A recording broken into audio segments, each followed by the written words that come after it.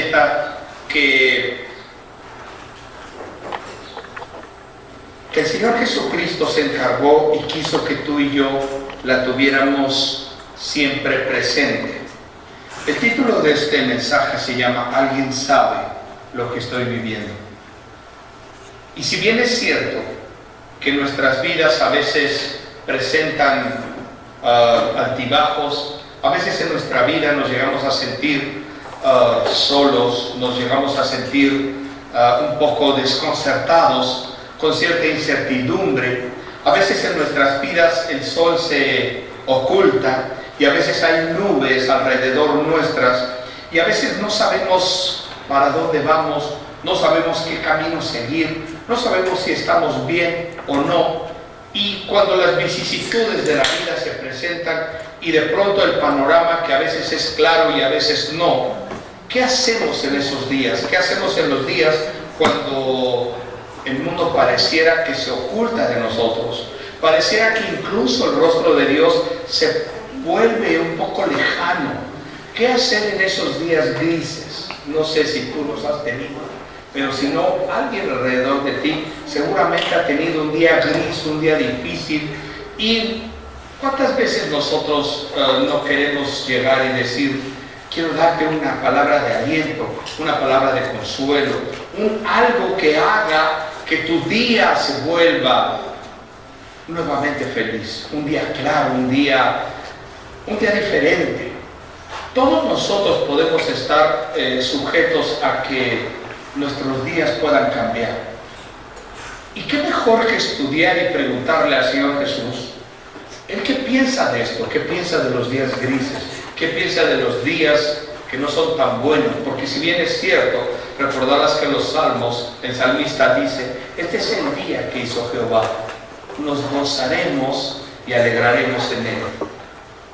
Y todo es padre, ¿verdad? Cuando hay alegría, cuando tu cartera está llena, cuando tu cuenta en el banco está perfecta, está bien, cuando nos pagan, es el mejor día, ¿no?, de la quincena. Es desde el mes, en los 2 mejores días es cuando nos pagan, ¿no?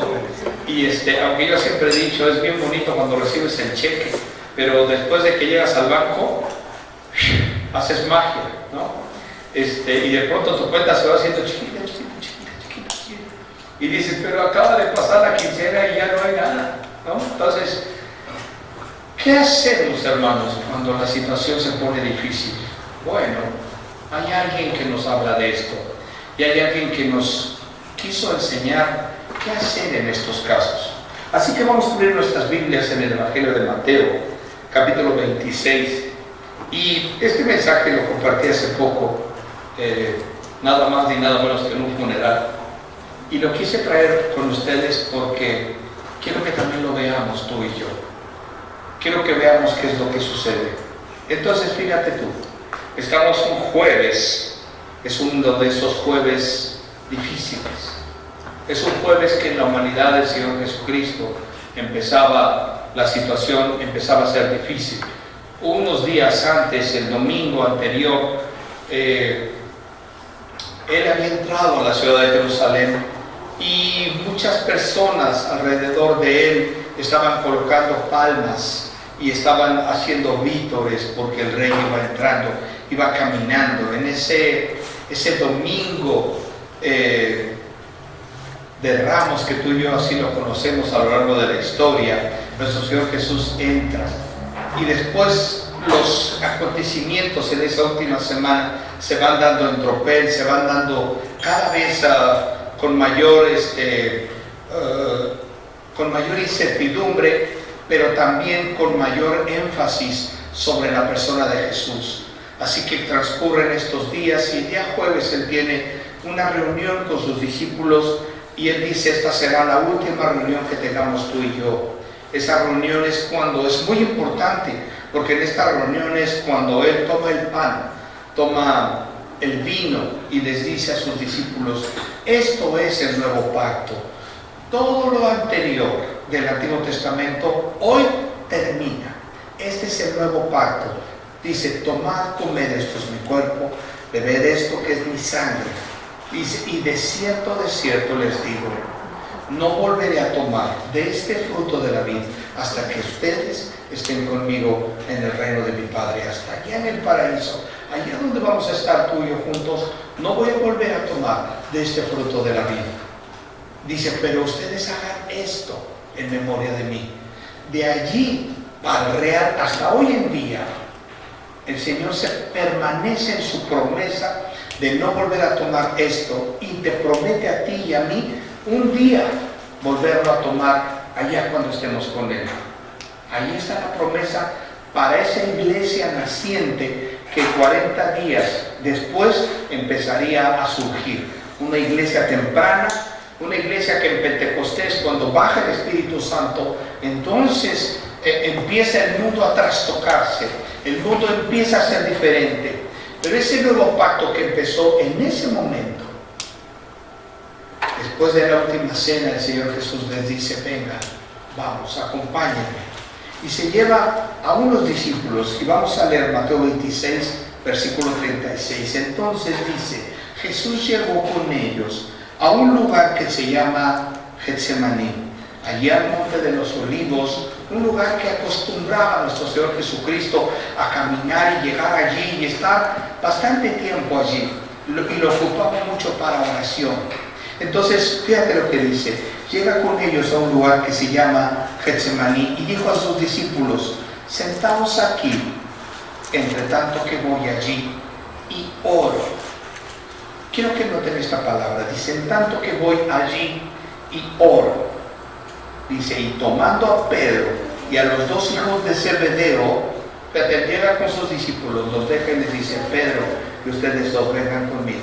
Se va con ellos, el grupo íntimo del Señor Jesucristo, los acerca y se va caminando con ellos. El resto de los discípulos se queda allí esperando. El maestro así les dice, toma a 3 de ellos y los lleva caminando un poco más. Y si te das cuenta, esto es muy importante, porque es como los círculos de comunión con el Señor Jesucristo. Así que había multitudes de personas, pero de esas multitudes de personas, Él tenía a 70, y de esos 70 tenía a 12, y de esos 12 tenía estos 3, y de esos 3 tenía uno solo. ¿Sabes quién era? Juan, el apóstol Juan. Así que en la cruz dice, hijo, he ahí a tu madre, madre, he ahí a tu hijo. Y Juan, decían que era el discípulo amado, fue el discípulo que le pregunta a Jesús, ¿quién lo había de traicionar? ¿Quién tenía que hacer ese papel? Y preguntaban, todo el mundo en la cena decía, ¿de quién se trata? ¿De quién es? Pero ni aún Pedro se atrevió a preguntarle a Jesús, y todos codearon a Juan y le dijeron a Juan, pero a ti sí te va a decir. Juan es el que se acerca y le dice, ¿quién es, Señor? Así que los círculos de comunión de pronto se cierran. Y eso es una enseñanza también para nosotros. No sé si somos los de la multitud, de los 70, de los 12, de los 3, o como Juan. Ese también es un reto y un día podríamos platicar un poco de ello. Pero les dice, vengan conmigo. Una vez que se acercaron, dice, comenzó a entristecerse y angustiarse en gran manera. La humanidad, porque nuestro Señor Jesucristo era verdaderamente Dios, pero era también verdaderamente humano. Y era verdaderamente Dios porque si no, no podría haber muerto. Pero tendría que ser verdaderamente hombre para poder morir y poder resucitar. Es decir, tenía que haber una fusión ahí de esa doble naturaleza de nuestro Señor Jesucristo. En esta parte, que es la parte humana de Él, en donde como hijo del hombre, como hijo de Dios, dice, empezó a entristecerse. ¿Por qué? Porque Él sabía lo que iba a pasar. Y dice, comenzó a entristecerse. Y a mí me llaman la atención varias cosas. Una que dice, antes de que empiecen a venir los nubarrones, porque no recuerdas, tú y yo estamos viviendo aquí en esta ciudad, y cuando vemos hacia el norte y empiezas a ver negro, sabes que va a llover en la noche aquí en Cuernavaca. Entonces, cuando los nubarrones empiezan a poner, cuando el sol se oculta y empiezan las nubes, y cuando empieza todo esto, sabes que va a llover. Dices, y hay que meter la ropa, ¿no? Y hay que guardar al perro, y hay que hacer todo porque se va a mojar. Y nosotros sabemos, ¿verdad? Así que también tú y yo tenemos que saber, y podemos saber de vez en cuando, cómo los nubarrones se empiezan a acercar a nuestras vidas. Y cómo a veces la calamidad viene y toca. Y sabes tú que la situación se va a poner difícil. ¿Qué hacemos ante ella? ¿Cuál es nuestra reacción ante ella? El Señor Jesús nos dice, les voy a dar una lección, una enseñanza perenne que va a formar parte de la vida de ustedes como hijos míos hasta que esto acabe, hasta que yo venga. Así que dice, vamos allá porque necesitamos fortalecernos y yo necesito también fortalecerme. ¿Hay lugar a dónde? Al lugar donde se ora, al lugar donde uno derrama el alma en torno a Dios. Allá vamos. Así que camina al monte y les dice, espérense, pónganse a orar, descánsense, vénganse, yo quiero ir a orar. Toma 3 y los lleva hasta allá y les dice, espérenme acá, porque estoy entristecido, ¿verdad? Y les dice, fíjate el versículo 38, entonces Jesús les dijo, mi alma está muy triste. Y fíjate cómo dice, está triste hasta la muerte. Quedaos aquí y velad conmigo. Y esto me gusta porque ¿cuántas veces no has dicho tú lo mismo? Mi alma está triste y está triste hasta la muerte. ¿Alguna vez has dicho eso? ¿Y qué hacemos cuando estamos tristes? ¿Hacemos lo que Jesús hace?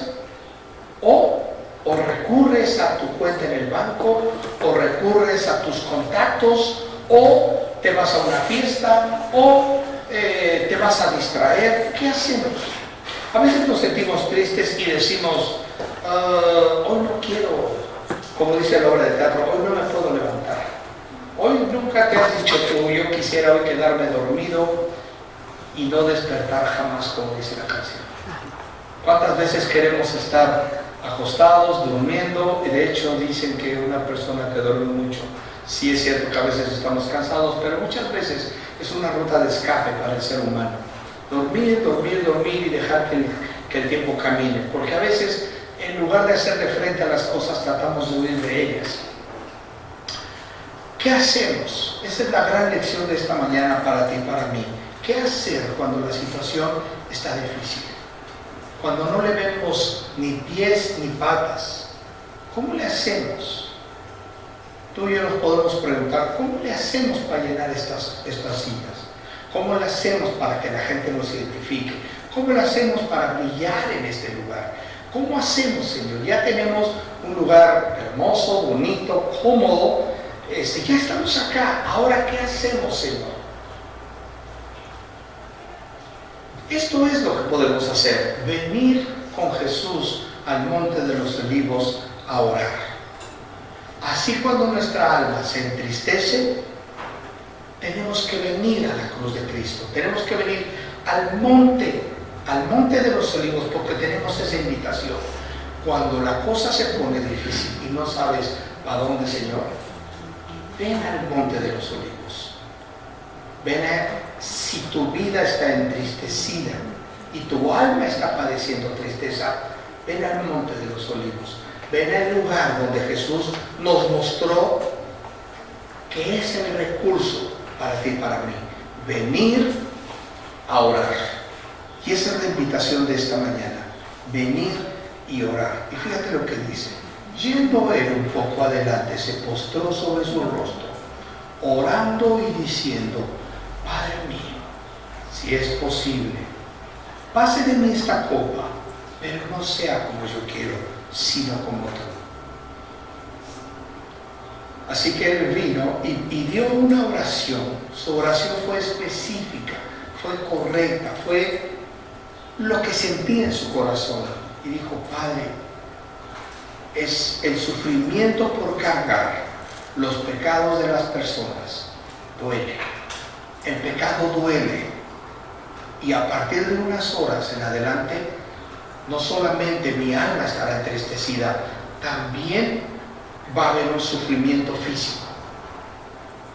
Así que dice: Padre, si fuera posible que pase esta copa. Pero como Él mismo lo dijo anteriormente, yo he venido para hacer la voluntad de mi Padre. Así que Él sabía cuál era la única forma de poder estar fortalecido en su humanidad: orando, viniendo a la presencia de Dios. ¿Qué hacemos tú y yo? Venir a la presencia de Dios y derramar nuestro corazón. No importa qué tan difícil o qué tan complicada está la situación en tu vida, es el recurso que tenemos como hijos de Dios. Y a Él le gustó que se quedara sentado. Ve por ejemplo el Salmo 91, versículos del 1 al 9.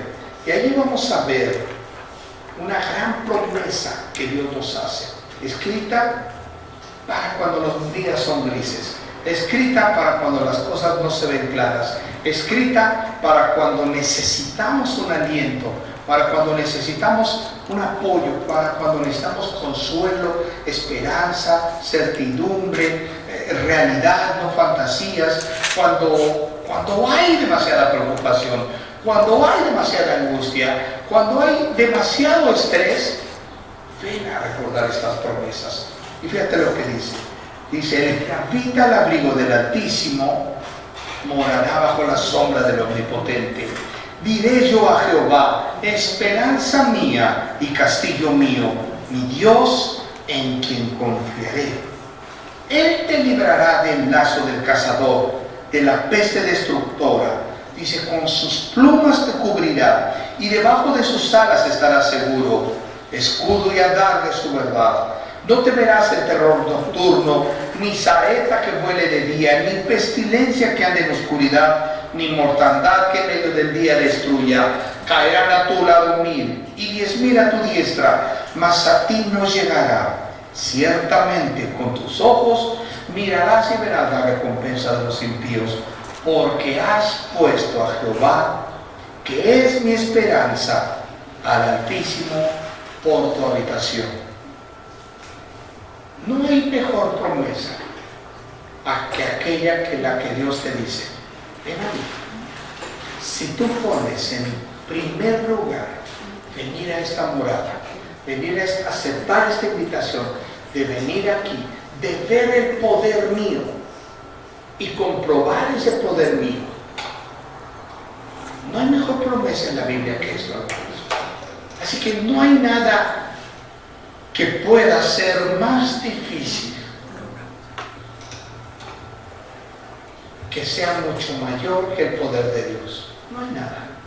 Fíjate, me gusta mucho el versículo cuando dice: esperanza mía y castillo mío. ¿Sabes lo que era un castillo, no? Un castillo es una fortaleza que alrededor de él regularmente había agua y había una gran puerta. Esa puerta se levantaba o la colocaban para que la gente pudiera entrar a este reino, a este castillo. Si no fuera eso, alrededor había suficientes obstáculos como para no entrar. Quien entraba al castillo se sentía seguro. La pregunta es: ¿en realidad crees tú que Dios es un castillo?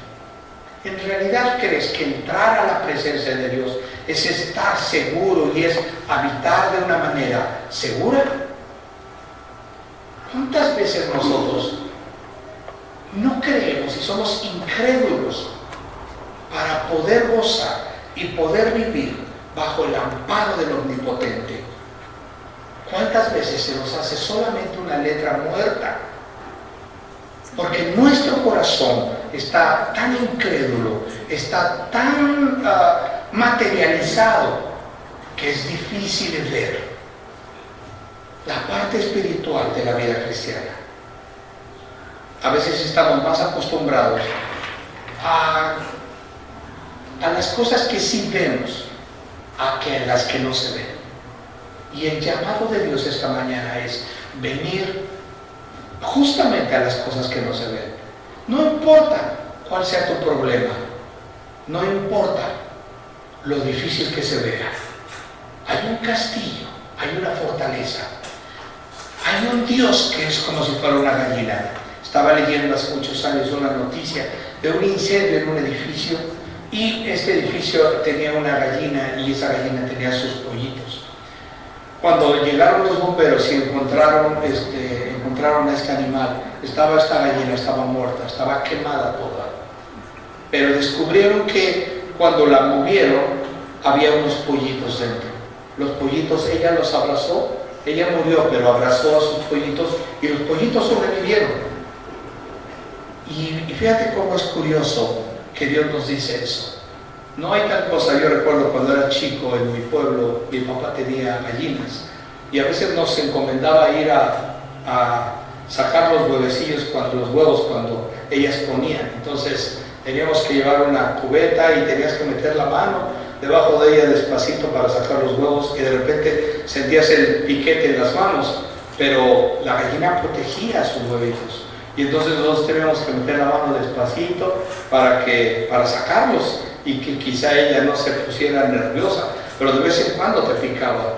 A veces las gallinas se empollaban y había pollitos, entonces, pero la gallina los empollaba perfectamente y ellos estaban descansados.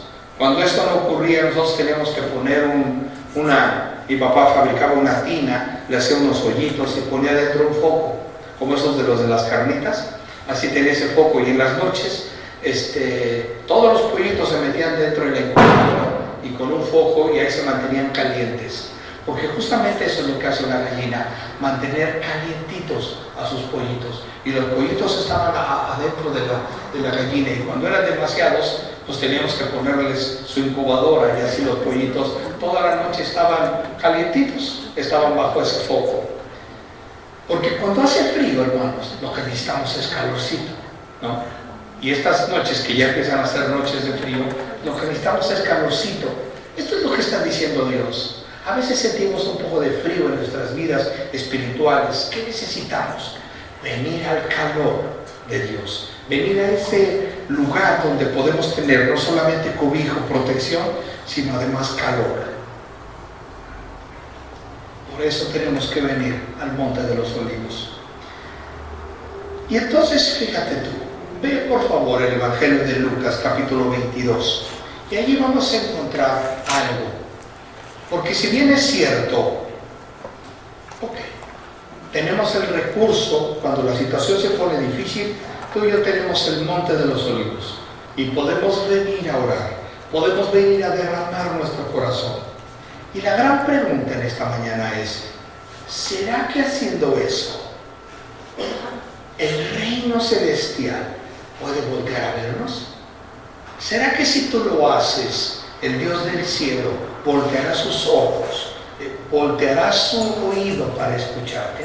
¿Será posible que el reino de los cielos se mueva ante tu dolor? Perdón. ¿Será posible que Dios pueda dejar todo lo que está haciendo y voltearte y ver a ti?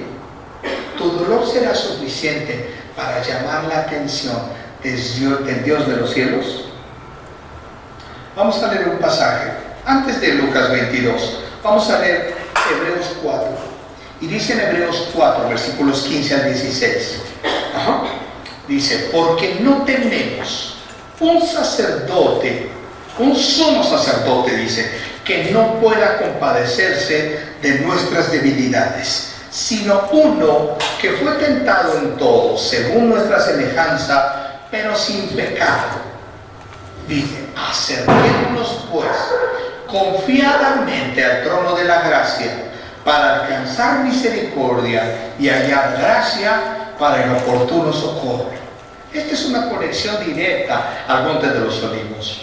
Esto nos explica lo que Dios hace. Dice, número uno, tienes que entender y aprender una sola cosa. No tenemos un sumo sacerdote que no se pueda compadecer de nosotros, en nuestra debilidad. Y el Señor Jesús nos mostró que en su humanidad, en esa debilidad, Él dijo, este es el recurso, no lo olviden. Yo puedo entenderlos a ustedes. ¿Por qué? Porque en el Monte de los Olivos yo les mostré lo que se hace cuando la situación está difícil. Entonces esto nos tiene que llenar de promesas, hermanos. Esto nos tiene que llenar nuestra fe de esperanza. Esto le tiene que dar un poco de valor, un mayor valor a nuestra vida. La pregunta es, ¿qué haces con esto? ¿Qué haces con esta tribulación? ¿Qué haces con esta angustia? Llegado el momento, ¿qué se hace en estos casos? ¿Ya has venido al monte? ¿Ya has venido a derramar tu corazón? Si todavía estás pensando en que esto quizá no sabes si es o no posible, recuerda lo que dice Hebreos. Y dice que fue tentado en todo, pero sin pecado. Y dice, según nuestra semejanza, es decir, tu dolor es el dolor de Dios. Tu dolor es el dolor de Jesús. Tu dolor lo conoce Jesús. Tus angustias las conoce Jesús. Tu incertidumbre las conoce Jesús. Lo que no entiendes, lo conoce y lo sabe Jesús. No hay nada que se escape. No hay nada que Él no conozca. Pero es que Dios sabe de mi falta de dinero. Sí, Dios sabe. Las cosas que pasan en mi escuela, sí. Dios sabe lo que pasa en mi casa, con mis padres, con mi esposa, con mi esposo, con mis hijos, con mi jefe, con mi jefa. Dios lo sabe. Por supuesto que lo sabe.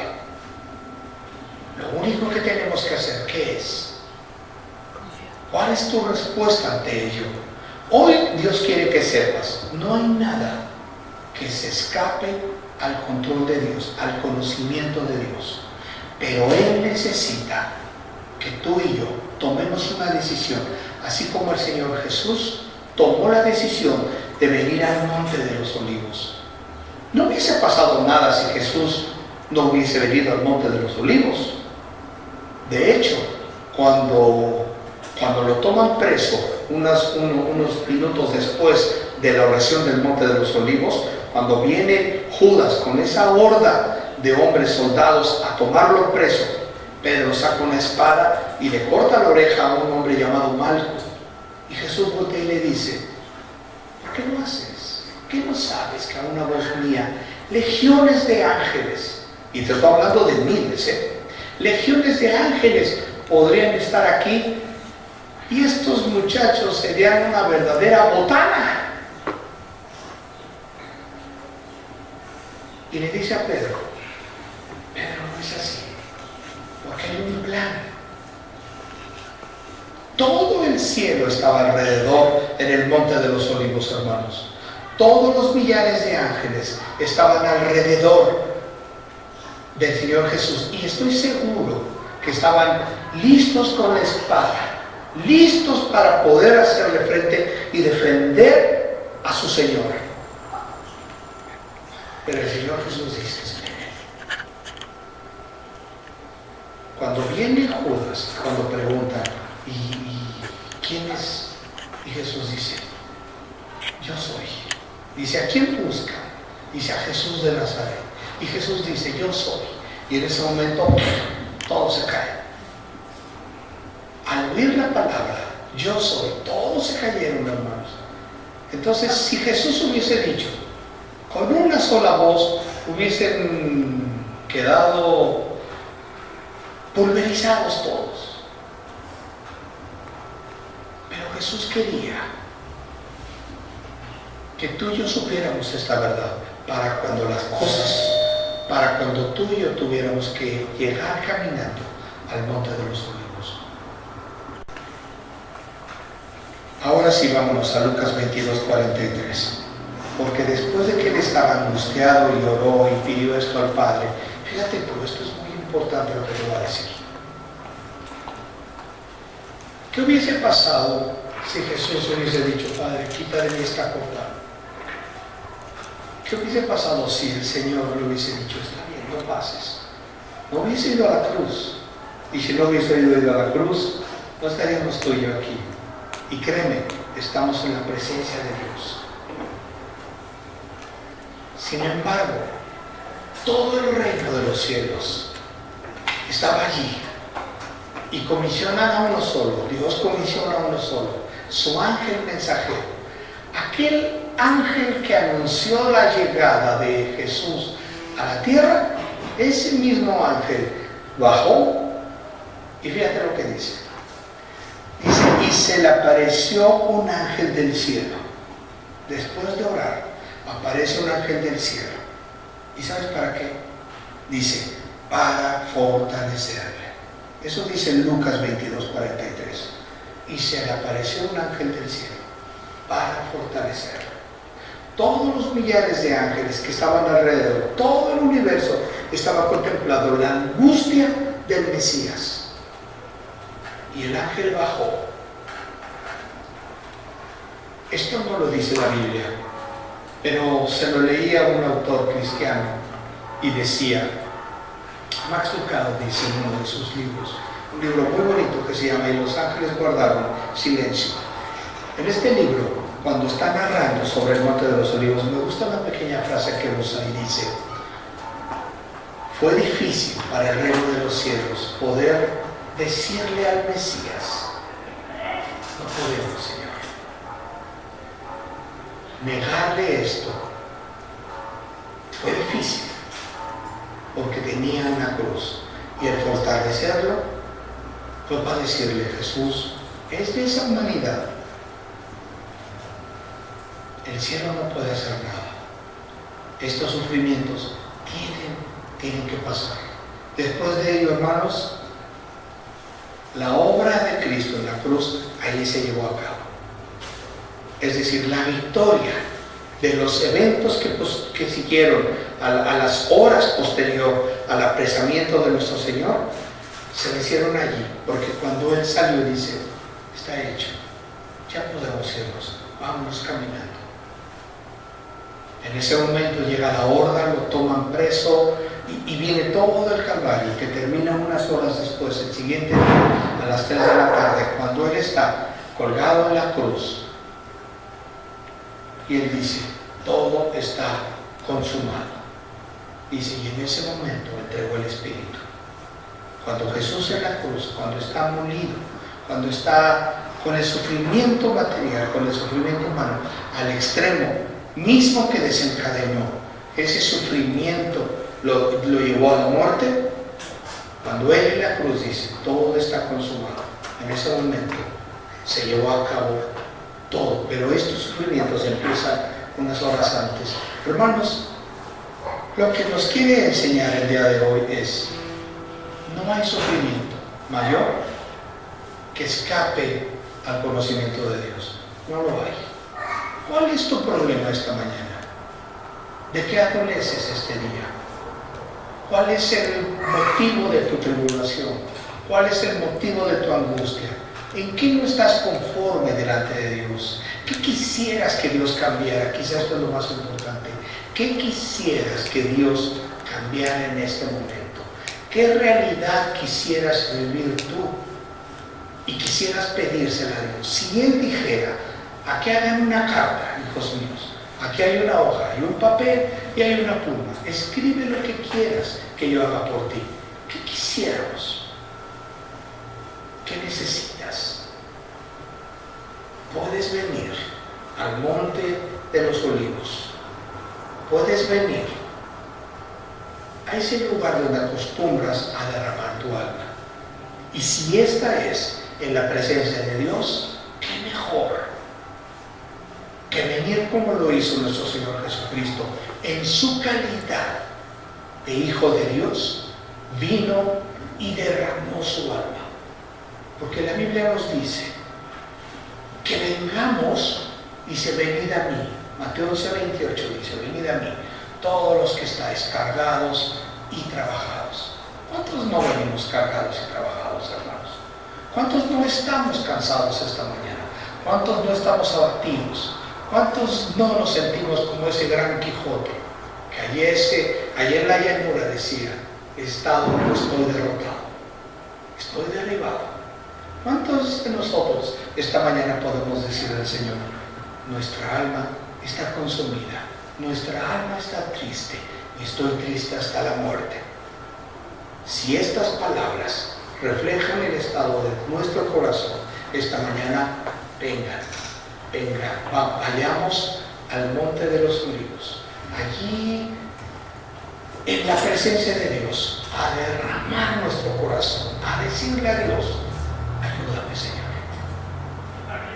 No quisieras estar hoy enfrente de esa gran roca, de esa gran fortaleza, de ese gran castillo.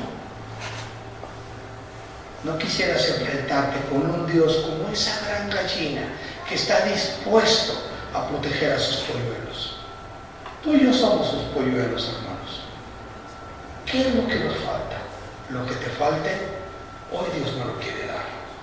Solo tenemos que venir a decirle: necesito esto porque mi alma está de esta manera. Y Él va a contestar. Él va a darnos una respuesta. Yo no sé si sea la que tú estás pensando. Lo que sí sé es que va a haber una respuesta. El tiempo en que ella llegue a tu corazón será el tiempo de Dios. Pero de que viene una respuesta, viene una respuesta. Dios en su infinito amor, en su infinita gracia, en su infinita misericordia, te va a contestar conforme a su voluntad. Oremos.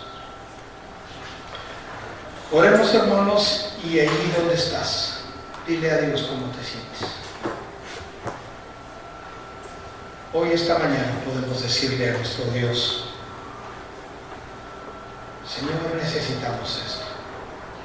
¿Qué necesitamos como iglesia? ¿Qué necesitamos como personas? Como esposos, como esposas, como hijos, como padres. ¿Qué necesitamos? ¿Qué nos angustia? ¿Qué nos duele? ¿De qué cosas tenemos necesidad?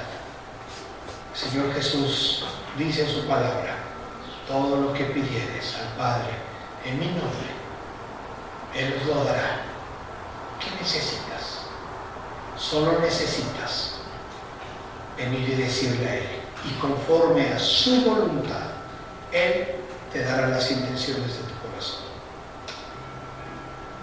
Su palabra dice en Filipenses, Pablo nos dice: por nada estéis afanosos, sino sean conocidas todas vuestras peticiones delante de Dios, con oración y ruego, dice, y con acción de gracias, con toda oración y ruego, y con acción de gracias. Y la promesa de Dios es: la paz de Dios, que sobrepasa todo entendimiento, guardará vuestros corazones y vuestros pensamientos en Cristo Jesús. No hay nada que escape a la voluntad de Dios, ni a sus planes, ni a su conocimiento. Solo tienes que venir a decirle: necesito esto, Padre. Necesito esto porque esto es lo que quiere mi corazón. Esto es lo que desea mi corazón. Esto es lo que necesita mi corazón. Pero no se haga mi voluntad, sino la tuya. Esa es la palabra clave esta mañana. Que no se haga nuestra voluntad, sino la voluntad de Él. Padre, te damos muchas gracias. Muchas gracias esta mañana, Señor,